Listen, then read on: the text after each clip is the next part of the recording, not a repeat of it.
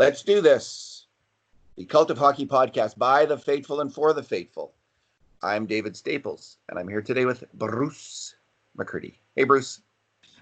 Morning, David. I bet you Lowe Tide, when he has you on the show, doesn't say Bruce McCurdy. And I bet you like that, no. And I bet you prefer him not. You prefer that. That doesn't bother me at all, David. Don't let me down, Bruce. I just think of that Electric Light Orchestra song anytime you say it. Great song. Good band.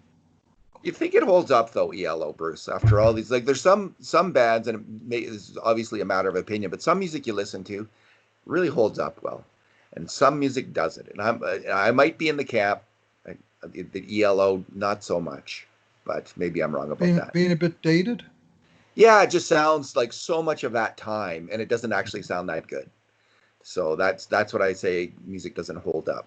I was actually a bigger fan of Jeff Lynne's previous group, The Move, with Roy Wood and Bev Bevan, and they were Message from the Country. That was a heck of a band, and then they went to the Strings and kind of changed their approach a little bit.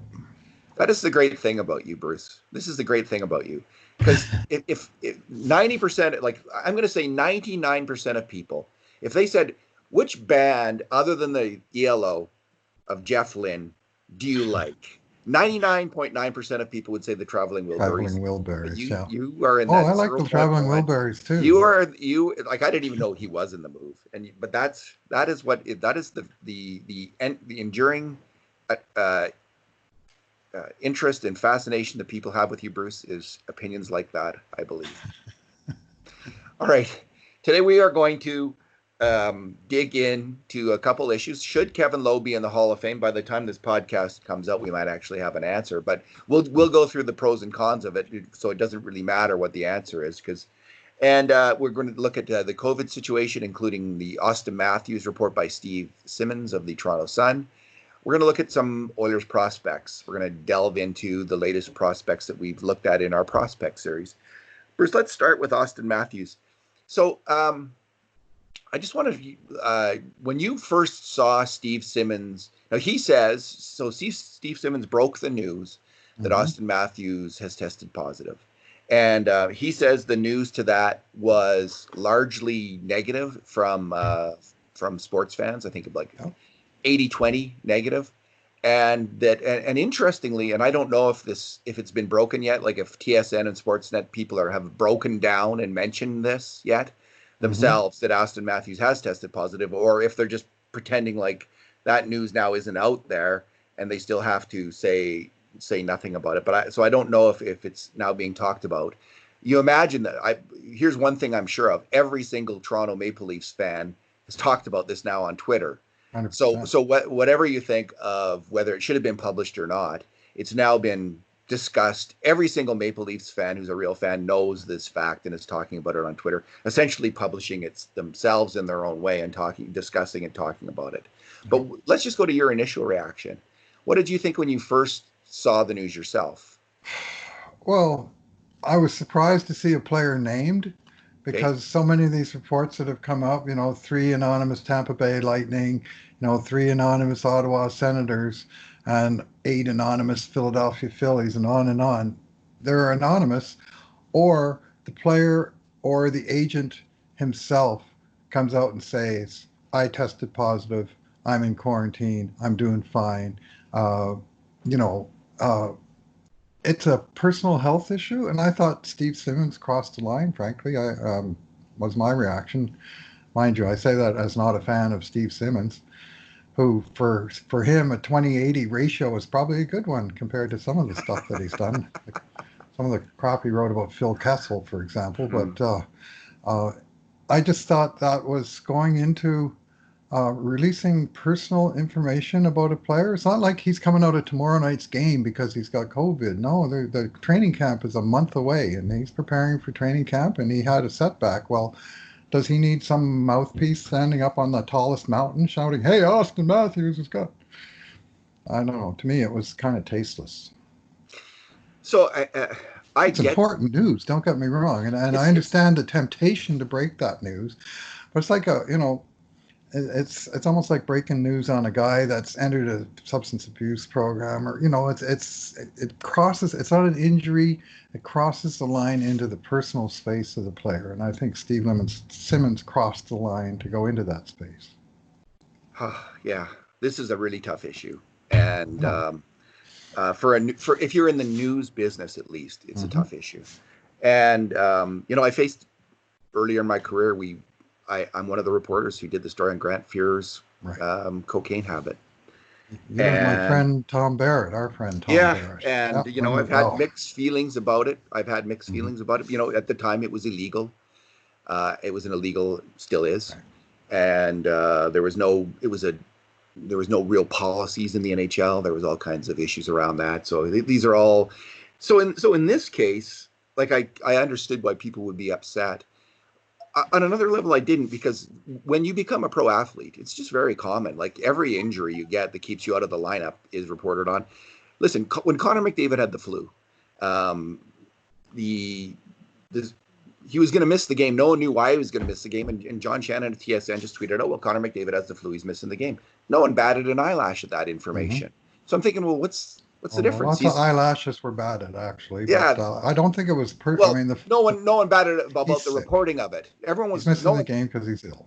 Yeah, I mean, that's no. news. That's tonight's news Yeah. when he's missing tonight's game. Well, it's also news in a similar way. Like, listen, this is going to impact Auston Matthews' training. It's a huge.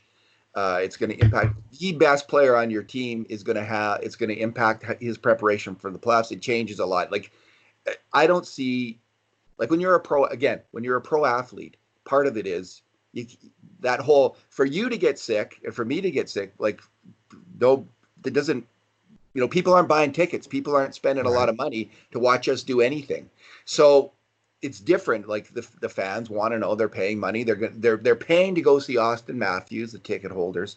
So there's that. Now, I think the ticket holders have clearly spoken, though, or most of them, and they're at least their initial reaction, which may be justified or not, was like they would prefer Simmons not have reported that. So I was trying to think. There's nothing different between, for me anyway, initially, about reporting that Connor McDavid had the flu or Matthews has COVID. I think they both impact their play. For Matthews, a little further down the road, but it has an impact on his training. So I asked people on Twitter, Mm-hmm. what's the difference? Is there a stigma around COVID? And there actually was a pretty good answer to that. Like, is there a difference between these two situations? Because I was initially thinking there isn't. Right. But so here's the difference. In this situation, if a player gets COVID, it can look poorly. People were arguing this could look poorly on him. He could be responsible, he and other players, for shutting down the entire NHL season if enough of these guys do. And they could be blamed by fans, by other players, by anyone. They could actually be blamed, seen as blame. And I saw this with Matthews. Someone saying, "Oh, blah blah blah, Matthews didn't take care of himself, got COVID." Kind of a negative, hostile reaction to the player, which I think is completely, personally, I think it's over the line. I think it's ridiculous. Of course, people are going to get COVID. It's a Yeah, highly people are going to get infectious. sick. Yeah. It's like people are going to get the cold. People are going to get the flu. Like, get your head out of your butt. People are going to get this disease. So for someone to have that reaction, I think is really a terrible thing to say about any player. But it does put it in a different category then of McDavid getting the flu. People now can blame Auston. If the whole thing shuts down, people could say, well, it started with Auston Matthews, that layabout, or that careless individual getting COVID. Like, people can get this. To blame a player for getting it, I think, is so over the top. But it will happen. It's going to happen. It has happened with Auston Matthews already. So for Mm-hmm. that reason, I can see why you would have a policy Right. where you would want to keep in this particular situation. Now, as the playoffs go along, let's say, and someone's out of the lineup, I Yeah. think we're Well. going to have to know. I think that's a different context. Again, we're Yeah. going to have to know. But I maybe agree. just in this particular time frame, where if you report this, Mm-hmm. this player is going to get blamed for maybe shutting down the NHL season. Oh. That's going to be it could be a pretty heavy weight on him. So to me, that would be the only justification for not publishing that, would be a kind of a humanitarian concern for someone getting blamed in an unfair manner for something they shouldn't be blamed for. And I think that's why that there's merit for a news organization to hold back this information. Otherwise, I don't see any reason why you wouldn't publish it. I don't know if the disgust that people felt was because of that, because I think just the keeping stuff private about injuries and stuff for an athlete, generally, no, not a chance, because we that's typical stuff that's published all the time. When you're an athlete, part of the bargain is you give up you're a much more public person than otherwise. And if you don't want to be public like that, maybe don't take the $10 million a year contract. Lots of stuff is kept secret about injuries too, Yes, that's fair, but upper body injury and concussion are, guy has a concussion. Do you always hear about it? Nope. And I mean, the thing is, the precedent has been set for anonymity of reports. I mean, for all we know, Steven Stamkos, Braden Point, and Nikita Kucherov are the three guys that tested positive in Tampa Bay. We don't know. It could be, it could be anybody. But the fact is, it's three members of the Tampa Bay Lightning, and they had a setback and had to close their camp. Now, that's news, but they didn't come out and say, well, this guy.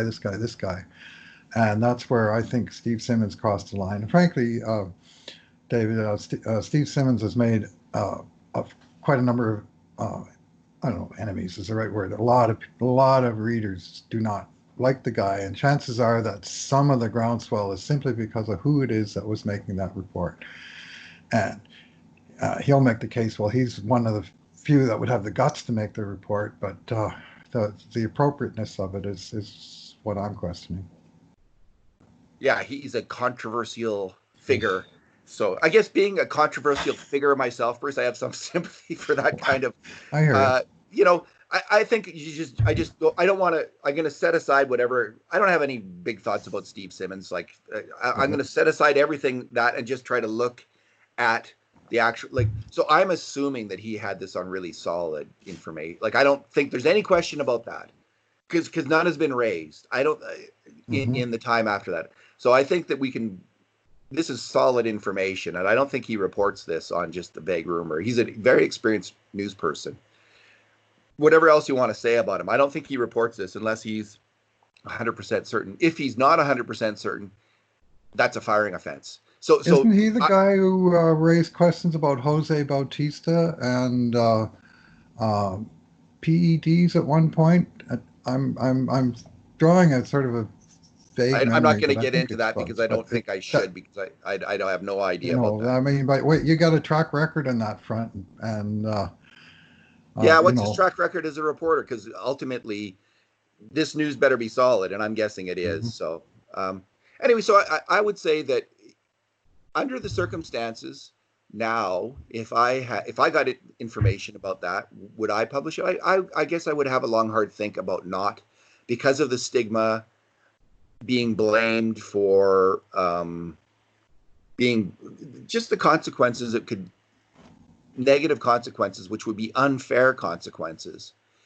It's like there's a situation right now with a New York. I'm not going to get into it. It's just a whole other situation where a news organization, the New York Times, has to think about publishing the name of a blogger or not that could have consequences. And I just think you do have to be, as a reporter, you have to be mindful of the unintended consequences. Steve Simmons might not have thought of that particular thing. And because I didn't initially think of it as a reason not to publish, but I think it actually might be a valid reason. And I think newspapers have a duty, we reporters have a duty to think about these consequences to people about the publication of our work, and we got to weigh these things carefully, and so let's leave that there. Okay. Unless you have anything else you no, I said my piece.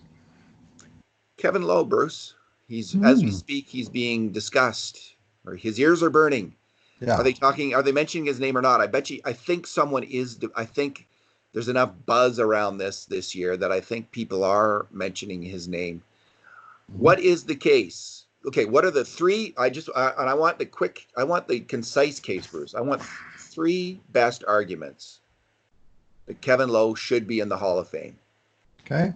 Or even the one. What's the one? What's the top? Okay. That he was a core player on a dynasty team. That he was a key contributor for the duration of that dynasty, and even a little beyond the dynasty, he remained a key contributor. That his he didn't put up the gaudy stats of the other guys on the dynasty team, so he's a few years in arrear. But the Hall of Fame has a history of 8, 10, 12 years later recognizing players that have some similarities with Kevin Lowe and eventually putting them into the Hall of Fame. And I'm actually a little bit surprised that he's still on the outside looking in, but I mean, things have changed. I mean, dynasty teams themselves are almost a dinosaur these days in terms of what we consider. But I thought he had a long, provided value for a long, long period of time, and he, he has the durability on his side, and not so much the peak value, but just sort of the consistent level of performance. And obviously, when he played on 6 different teams that won the Stanley Cup, his success is, there's only 4 players since the Oilers got in the NHL, 4 players that have won 6 Stanley Cups. And remarkably, 3 of them were the first 3 draft picks in the history of the Edmonton Oilers: Kevin Lowe, Mark Messier, and Glenn Anderson. And the 4th was some dude named Brian Trottier. Well, all the other guys are in the Hall of Fame. And part of the reason they're in there is because they won those cups. And to me, there's a strong argument to be made. There's a lot of good candidates. There's a limit of 4 per year. I'm thinking at this point it's unlikely he'll get in, but someone needed to make the argument from Edmonton, so I took it on. And I think Maddie did too, and I think Daniel Nugent-Bowman has as well, and so there's a little bit of a groundswell. So it's interesting, Jean-Guy Talbot is not in the NHL Hockey Hall of Fame. Yep. Neither's Claude Provost in his 9 Stanley Cups. Okay, so I just made the case on Low Tide show that I'd be voting for Claude Provost this year too. Fascinating. But Dick Duff. So if you look at Kevin Lowe's career statistics, if you just looked at the number, if you're just an analytics guy, right, and you're just looking at you're not looking at winning, you're just looking at the analytics. You think there's no way looking at these numbers. Playoff games played, you could look at, that's a number. There's a lot of playoff games played there, but if you just looked at the number, there's just no argument that he should be in the Hall of Fame. But if you look at the standard for making the Hockey Hall of Fame, I'm going to argue, Bruce, Kevin Lowe he meets that standard. And I'm not going to say easily, because there are similar players. Jean-Guy Talbot, 7 Stanley Cups, very similar player to Kevin Lowe. But you know what? Jean-Guy Talbot also won his Stanley Cups in an era when there was only 6 teams. Yeah. Kevin Lowe won his Stanley Cups in an era where there were 21 teams. A lot harder for any one team to win the Stanley Cup is when Kevin Lowe won it. The other thing that Kevin Lowe was on, he won, Bruce, he was on the team that won the 1984 Canada Cup. Yep. And he was a regular player on that team. Mm-hmm. That was a huge, huge moment in Canadian hockey history, the 1984 Canada Cup. We were coming off the 1979 Challenge Cup where we lost to the Russians. We were coming off the 1981 Canada Cup where we lost to the Russians. 8-1. And again, we were having this terrible insecurity in Canada. The evil red machine had passed us by. Kevin Lowe was part of that team, very significant team, which Ken Brown immortalized in his great play, what's it called? Life After Hockey, I think it's called. Yes. Rink Rat, where he describes the Mike Bossy goal in dramatic fashion. Kevin Lowe was part of that fantastic hockey team with Paul Coffey, Mike Bossy, and others that beat the Russians. He was good enough to be one of Canada's best 6 defensemen in a huge and historic victory over the Russians. He was good enough to win, to be at least the top 4 D-man. Sometimes even playing a little high. Depending on what you think of a shutdown D-man, what their role is that top pairing or is the other pairing top pairing? It's kind of hard to say sometimes. Yeah. He was good enough to be that on 6 different Stanley Cup hockey teams. The top shutdown D-man probably on all 6 of those teams. The top shutdown defensive D-man. By that standard, Bruce, by winning, the most important thing in hockey is winning. The most important thing in hockey is winning the Stanley Cup, being on a team that wins the Stanley Cup. Doesn't mean if you don't do those things, you can't necessarily be in the Hockey Hall of Fame. But if you do those things better than almost anyone else in NHL history, certainly in the very top group of that, I think there's a case to be made if you were a key player. So, just being Doug Jarvis on those teams, not good enough. Doug Jarvis would have never been like on the Montreal Canadiens, key shutdown centerman. He was never good enough to play on a Team Canada. So I would not argue that. But coupled with him being on that 1984 team, I'm saying there's a strong argument for Kevin Lowe to be in the Hockey Hall of Fame as well. And I wasn't there. I hadn't put my mind to it. I was kind of thinking, you really, because I was looking at this, if you just look at the numbers, I was thinking it. But no, when you look at the standard that the NHL has set for being in the Hockey Hall of Fame, he meets it. Yeah, well, you make a good point about top pairing, second pairing. To me, most great teams are built around top four defenders, and you have to have two solid pairings, and sometimes they have two different roles. And in writing the post, I found a few kind of analogs for Kevin Lowe. None of them perfect, of course, there never are. But I named Emile Bouchard from the Habs of the 50s. I named Tom Johnson from the Habs of the 50s. I named Marcel Pronovost from the Red Wings of the 50s. And I named Alan Stanley from the Leafs of the 60s. Now, all of them distant past, so you could say, well, those Hall of Fame standards have changed since then, and you probably have a point. I'm saying those were dynasty teams, and we're talking again about the rare case of a dynasty team in the expansion era, where, as you say, it's a lot tougher to win a cup year after year with 4 rounds of playoffs instead of 2 and having to beat 20 other teams instead of 5.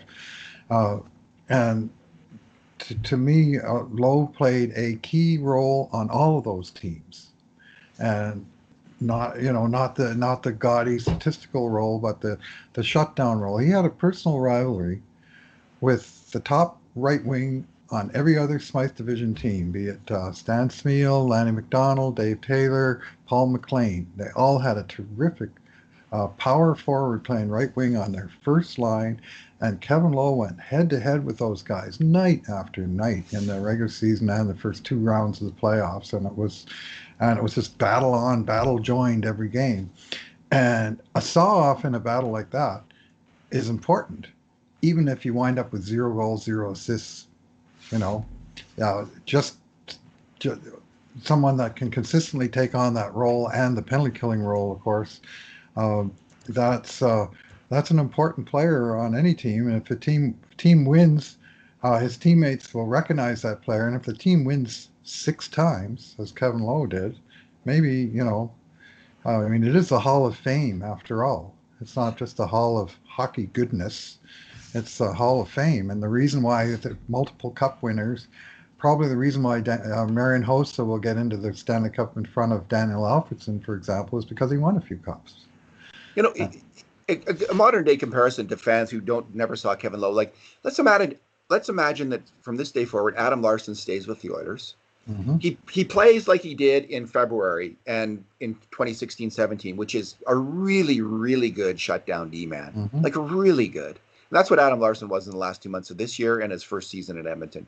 Just excels in that role. And then he keeps that role for 4 Stanley Cup wins with the Edmonton Oilers. He's that guy in 4 Stanley Cup wins with the Edmonton Oilers. Then he goes to another team, and then he's that guy again. Let's say they win 5 cups instead of 6 because it's a little harder to win the cup right now. Right. Then he's that player again for another season, and then he helps Sweden win the Olympic gold medal in the same role. Mm-hmm. That's the player we're talking about. To me, that meets the standard that's set, and the only exception to that right now are Jean-Guy Talbot and Kevin Lowe. And I think Jean-Guy Talbot was the same defenseman, from what I understand. I never saw him play, but he's that defenseman as well. And I'm a little older than you. I remember Jean-Guy at the end of his career with Montreal in 65 and 66 when he won his last 2 cups. Of course, he was on the 5-in-a-row team as well. And by then he was kind of I'm not sure if he was a 5th defenseman, but I kind of remember him, as not being the one of the main guys, but an important support player all the same.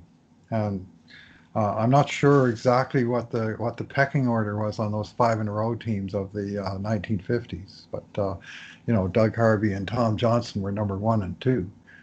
And the Edmonton Oilers, well, obviously Paul Coffey, that's an easy case for him. Who was their number 2 most important defenseman? I'd say Kevin Lowe. And it's close. I like Charlie Huddy plenty. I like Randy Gregg plenty. But I think Kevin Lowe being there from the beginning and being part of that core leadership group and part of the fiber and face of the team is part of the reason I make the case. No analytics in that. It's just having watched a lot of games and of that team and and just seeing the general overall contribution to the team and to a lesser extent to the community, which I don't think that goes into Hall of Fame. It can work against players as it's currently working against Theo Fleury, I think. But I think he was a positive contributor, no matter which light you shine on it. Alrighty, let's hope he makes it. What do you think? You don't think he's going to?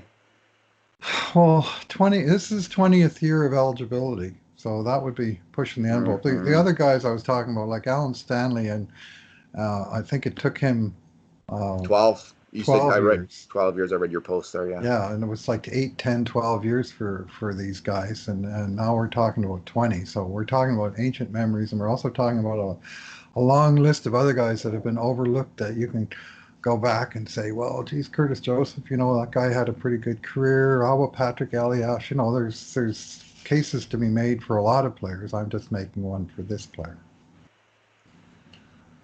Prospects, Bruce. We're doing our prospect series. We're counting up from 20 to numero uno, and we are now in the mid-teens. So I recently, the one player I looked at was Phil Kemp. And the one player and then you looked at the two Russians, I think. Yep. So let's talk about those three players. The two Russians are Ilya Konovalov and Maxim Denishkin. I don't speak Russian, but I'll call him Denishkin. Okay, and what do you say about so Konovalov's a small goalie who was lights out with save percentages for years and years and years, which is why he finally got drafted at age 20 and then had a down year. Denishkin's a small, skilled forward who just played his last year of junior, kind of a 19-year-old guy, I guess. Didn't make their World Junior team, did he? No. But had a good scoring year. So what do you think of these two guys? Any chance, Bruce? We haven't had too much luck with Russians, have we, in the Oilers? That was kind of the preliminary part of my post about the two of them, was how terrible the Oilers draft record has been drafting Russians. They had, especially in the 90s, the Oilers had some pretty good Russians on the team. Boris Mironov, Andrei Kovalenko. They had Tony Semenov. He was the one guy that they actually drafted, but he was 27 years old at the time. It wasn't like they drafted some kid and developed him. And he played all of 362 NHL games, and that's the best Russian draft choice the Oilers ever had in terms of games played. And in this decade, of course, in more recent years, they've had terrible success, other than the four guys currently in the system. And of course, we haven't yet got to Kirill Maximov or Dmitry Samorkov, but we've got a few in the system. But previous to that, it was like guys that just never showed up, or of course the famous first overall pick on Nail Yakupov that we talked about last podcast or the one before, where you wrote a post about him and his status as one of the bigger disappointments as a number one overall pick. And the Oilers have just not had a lot of success there, but I don't disagree with them. Keep rolling the dice, and it's lots of good Russian players come over and made it in the NHL. And as the foursome that they have there now, I certainly would not bet against at least one of them turning into an NHLer. But obviously the guys we have ranked 17 and 18 are less likely to be those guys. Vyazhmikin was the name that caught my attention on your list. People don't remember Igor Vyazhmikin, but I do. He might have been, if he had been drafted as a 17-year-old, he might have been the first overall pick. Like he probably would have been in the top 10 of his draft year. He was an absolutely brilliant attacking player for the Red Army team, and had a great season as an 18-year-old with Red Army. Like just a fantastic season with on a still powerhouse team. He just looked like he was going to be the next Makarov was on that team that Vyazmikin was on. And then I think the story is he started to drink too much, right? Like he didn't train hard enough. He had a problem with alcohol, if I'm not mistaken. Fact check me on that. Like I'm not saying that's for sure, but that's my memory of it. And the Oilers didn't actually draft him till 4 years after that great 18-year-old season, and he was never as good again. Really, I don't think. Certainly never as promising as when he was an 18-year-old. But man, he set the world on fire with his skill. That was the 1987 draft, and the Oilers were, of course, Stanley Cup champions and President's Trophy champions. So they had the last pick, and it was the last pick in the last round, the 12th round. He went 252nd overall, and he actually made it to the NHL to play 4 games. So, I mean, in some respects, he beat the odds. But I remember watching those games, and man, he just hung around the red line. It was gross. he was a total cherry picker. We were joking after those games that he had red paint on the bottom of his skates that they'd have to clean off after the. And it was if the 2-line pass, that's what kept him out at center as opposed to the far blue line. But as a player without the puck, he was not impressive. Let's put it that way. But he was the first, 1987. Of course, the Iron Curtain had not even come down yet, and they were just starting to release players over to the NHL. Was it Priakin? Was that the first guy that went to Calgary? Yeah. Anyway, it was just in that time. But that was the first one. And since then, the Oilers drafted from 1987 to 2019, 32 Russians.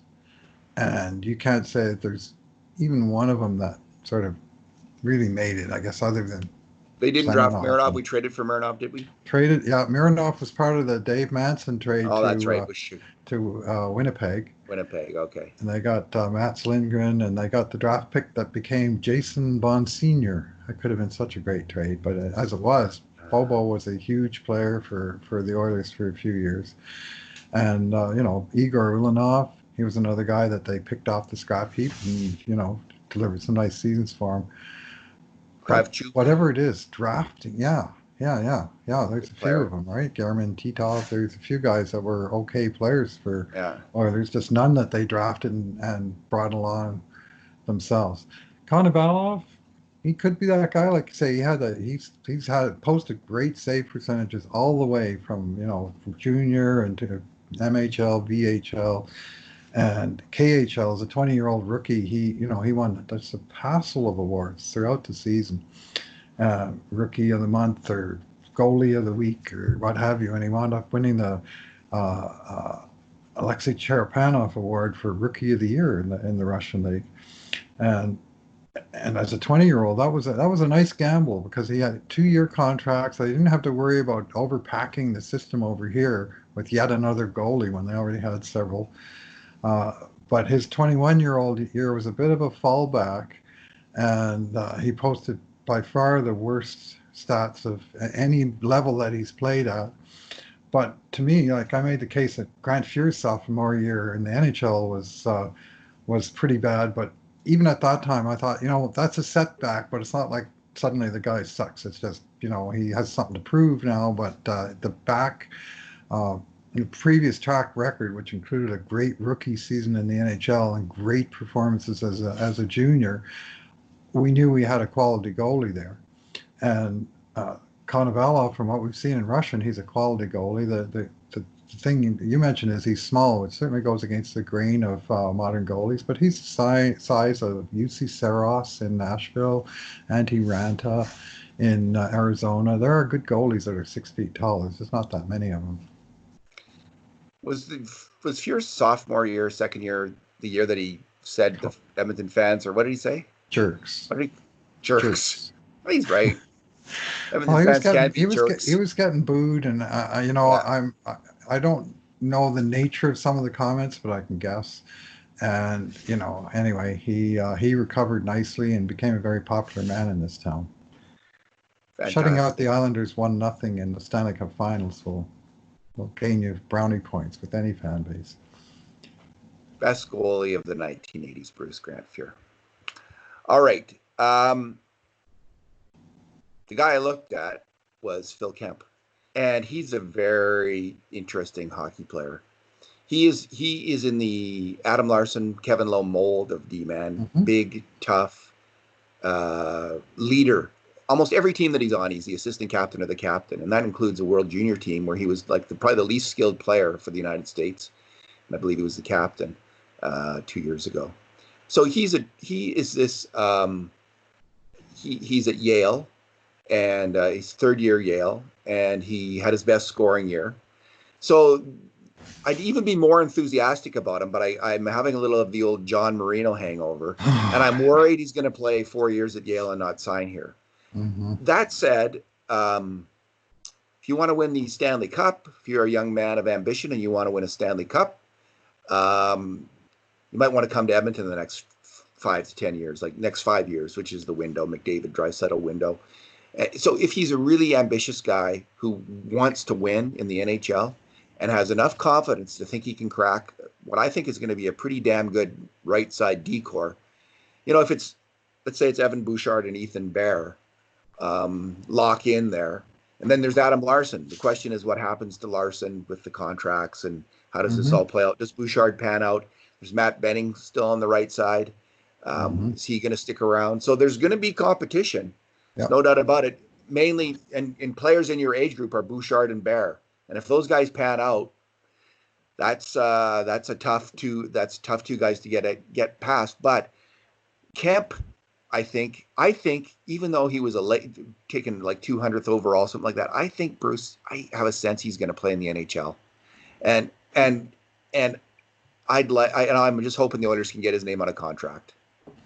He was a steal in the 7th round. Like, I couldn't believe it when I heard they drafted the captain of the U.S. national development team, which is always a powerhouse at the U18 level. And they got the captain of that team in the 7th round. I'm going, how in the hell did that happen? And what I've seen, I mean, he's a limited player. He's defense first, and not a big offensive player, but apparently he's an extremely strong defensive player. Highly regarded for his character. Our friend Joseph, one of the people we often chat with at our Cult of Hockey Twitter account, made the comparison to Adam Larson. Right away, I'm going, yeah, that's what little I've seen of the guy. That's the category to put him in. I mean, he could well be a lot of notches below Adam Larson. He went in the 7th round, not 4th overall like Adam Larson did. But the style of play and the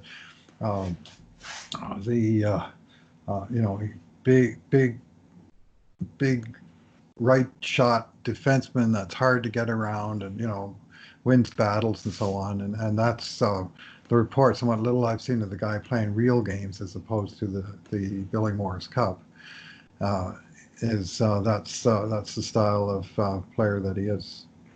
And you can say anything you want about Peter Chiarelli, right? He didn't do a very good job overall.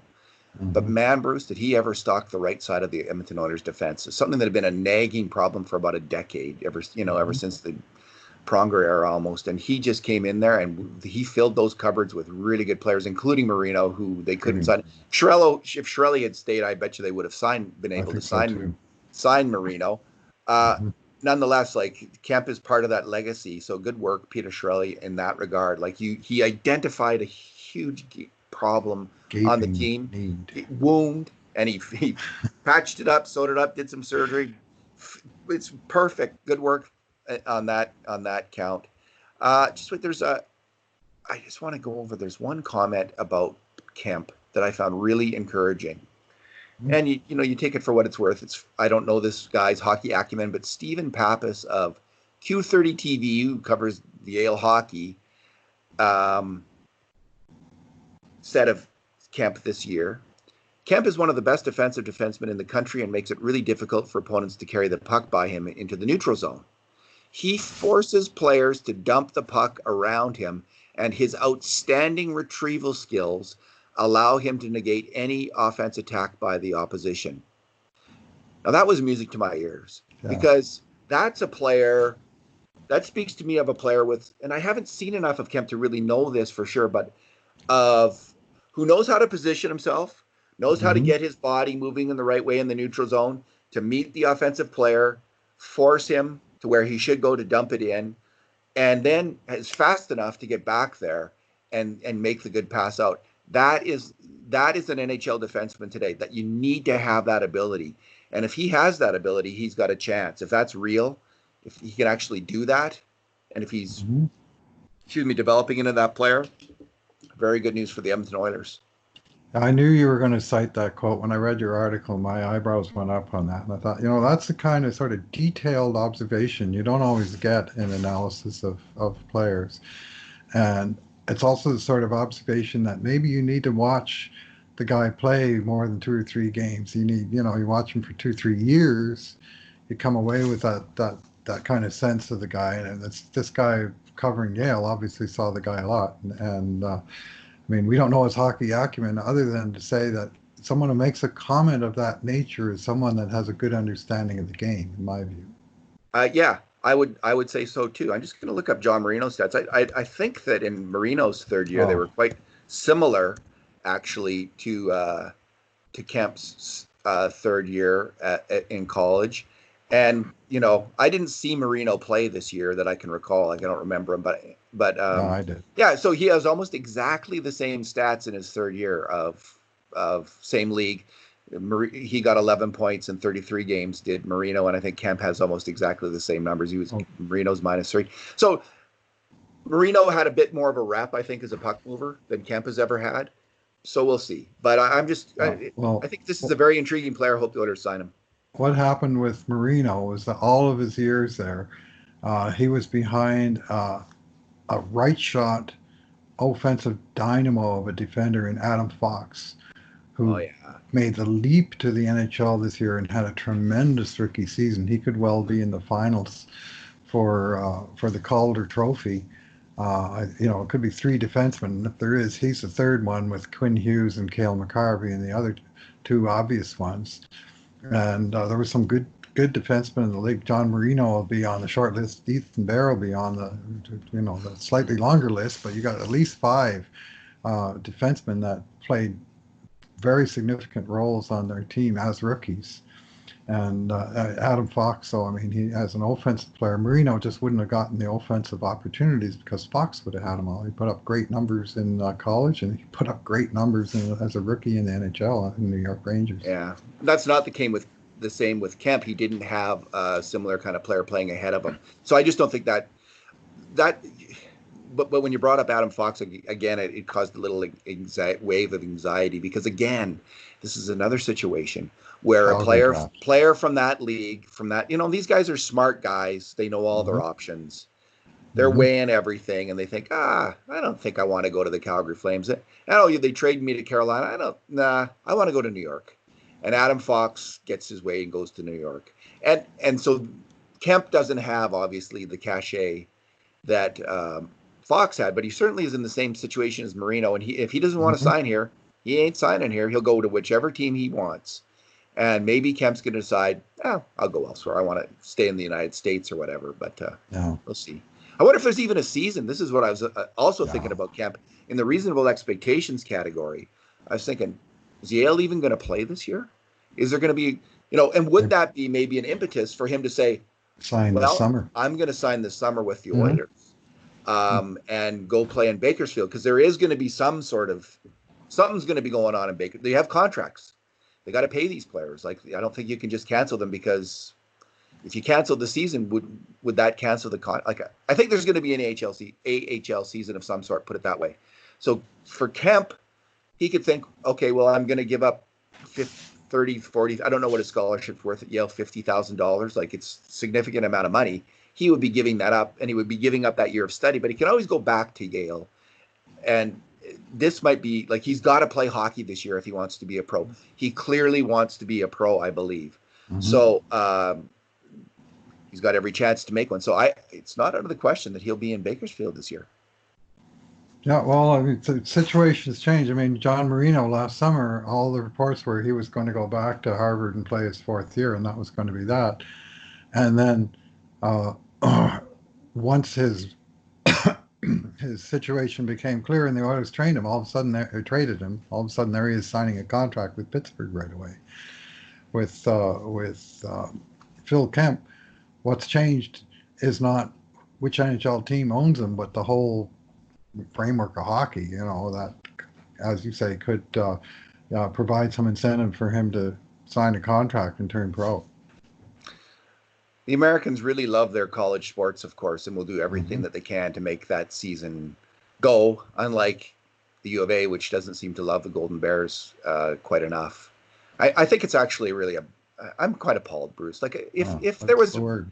if there was donors who are willing to step up and fund this team, it sounds like there were. I don't understand what the U of A did there. I think they don't respect that program enough. They don't Mm-hmm. promote that program enough. Mm-hmm. That program is the gold standard for hockey programs. They don't do It anything, and was. they do very little in the way of promoting it effectively. And the U of A needs to support that program better, and they should reconsider their decision on canceling the Golden Bear season. And if there's going to be other teams playing this year, the goal in that conference, the Golden Bears should be one of them. And I just think I don't know why they did it. I know what they're saying, and I think that personally that it's a political thing with the government at this point, and a political thing within the U of A sports community where they don't want to have one program that's special, but it is special. And don't hold that back from these players. If they can find a way to make a go of it, especially with private donors supporting this program through a tough time, that should happen, and they shouldn't be held back from playing. So, my take on it. Yeah, I'm very sad by the Golden Bears' short-term demise. At least it just, as you say, it seems premature to chuck the whole season. I envisioned a season that might not start till second semester, and be shortened. But I did not anticipate the team just getting pulled out like that.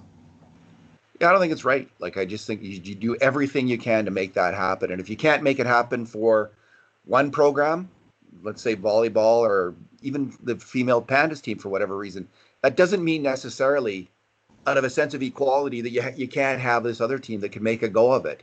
Like, that shouldn't be the policy, I don't think. But I wonder if it is. I think that was mentioned that maybe they could have had the Golden Bears, but they couldn't fund these other ones, so they're going to just cancel them all. Come on, like, you can do better than that. Like, do everything you can to make one go, and then turn your sights on the next one. Maybe you could get money for both of them, both of those hockey teams. There's lots of support for female hockey in Canada. I mean, I've been involved in girls' youth hockey for almost, for 5, 6, 7 years now, and there's tons of people really supportive of that as well. I can't see why you couldn't get both of them going if you really put your mind to it. That should be the focus of the U of A, not whatever they're doing. So, alrighty, there's my rant of the day. That's why I'm a controversial character, Bruce.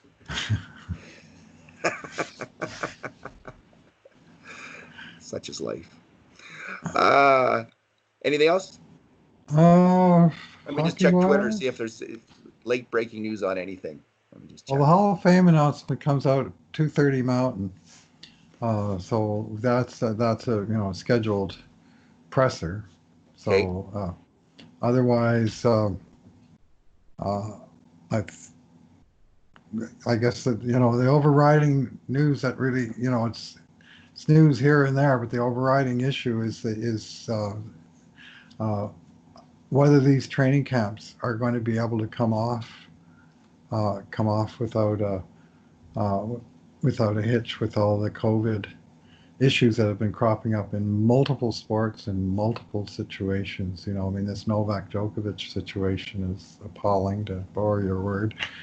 And we have a women's soccer team pulling out of playoffs in a restart. In America, we have on the individual sports, golfers, different outbreaks in different baseball training camps and such, and it's just a scary world out there with the hockey being, just one aspect of it. But at a certain point, you wonder if society is feasible in the intermediate term right now with the prevalence of this virus.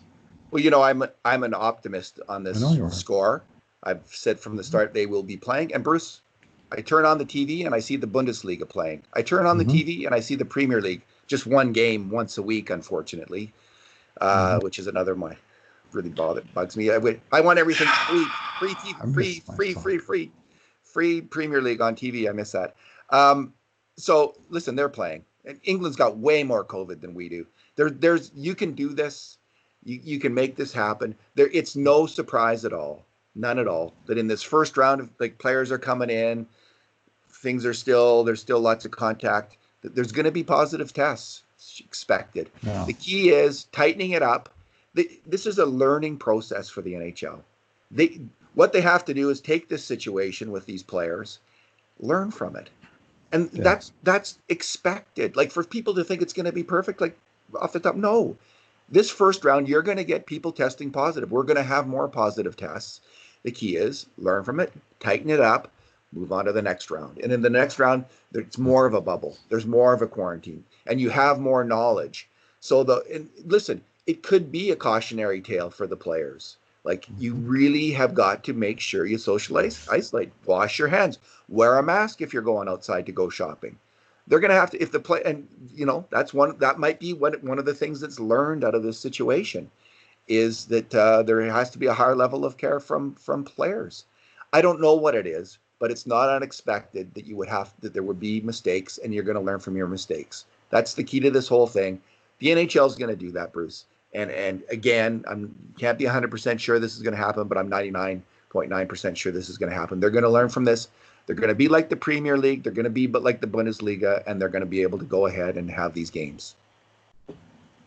Well, I certainly hope you're right. And here's the story that I loved. Ryan Graves, Mm-hmm. the defenseman for the Colorado Avalanche. I don't plus know. 40. Led the league in plus minus. Ryan Graves, I bet that's a stat that escaped a few people. So there was some talk from Kevin Bieksa that he was talking to players who aren't that keen about playing. I'm wondering who Kevin Bieksa's peer group is, other than maybe some older, richer players in California who might not even be in the playoffs. Like I wonder how many players are he talking to, like Ryan Graves, who got in his car, I think in Ryan Graves in Prince Edward Island, and is driving across the continent as we speak to be safe and to go. And actually, gas pumps are kind of iffy in terms of being safe. So I hope he's washing his hands after he uses the gas pump. Anyway, he's driving across the country from the Maritimes to Colorado to get involved in their training camp. That's the level of, I think, commitment and excitement I think you're going to have from younger players who haven't earned their $40th million yet, aren't so jaded by the NHL luxury lifestyle that the older players get. I'm not surprised if there might be a few guys who have made 40, 50, 60 million dollars who are older and who are slightly less keen about this whole thing. But I think most of these players desire to win the Stanley Cup and have a burning desire to win the Stanley Cup. And if it can be done safely, if they're convinced of that, this is going ahead, and I think it can be done safely. So. All right. Well, as Rod Phillips used to say, time will tell. And in the meantime, and in between times, this has been another edition of the Cult of Hockey podcast. Thanks, everyone, for listening. Thanks, Bruce.